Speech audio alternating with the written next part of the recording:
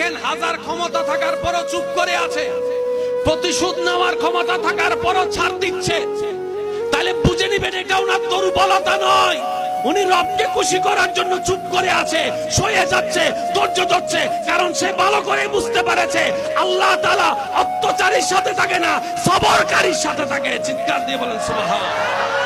প্রকাশ দুই ভাবে হয়, একটা নিজেরটা নিজে করা, আর একটা হচ্ছে আপনারটা আল্লাহ করে দেওয়া। কোনটা উত্তম ভাইয়া জোরে বলেন? আপনার প্রকাশটা যদি আল্লাহ করে দেয় এর চাইতে কোনো উত্তম আছে? আল্লাহ কারটা প্রকাশ করে শুনুন, যে নিজেরটা গোপন রাখে আল্লাহ তারটা প্রকাশ করে। আর একটু জোরে বলেন না। যে অন্যের দোষ গোপন রাখে আল্লাহ তার দোষকে গোপন রাখে। যে অন্যরে খাওয়ায় আল্লাহ তারে খাওয়ায়। সুবহানাল্লাহ জোরে। যে অন্যের ইজ্জত হেফাজত করে আল্লাহ তার ইজ্জত হেফাজত করে। যে অন্যের প্রশংসা করে আল্লাহ তার প্রশংসা বাড়িয়ে দেয়। যে অন্যের জন্য জীবনের রাস্তা সহজ করে দেয় আল্লাহ তার জীবনের রাস্তা সহজ করে দেয়।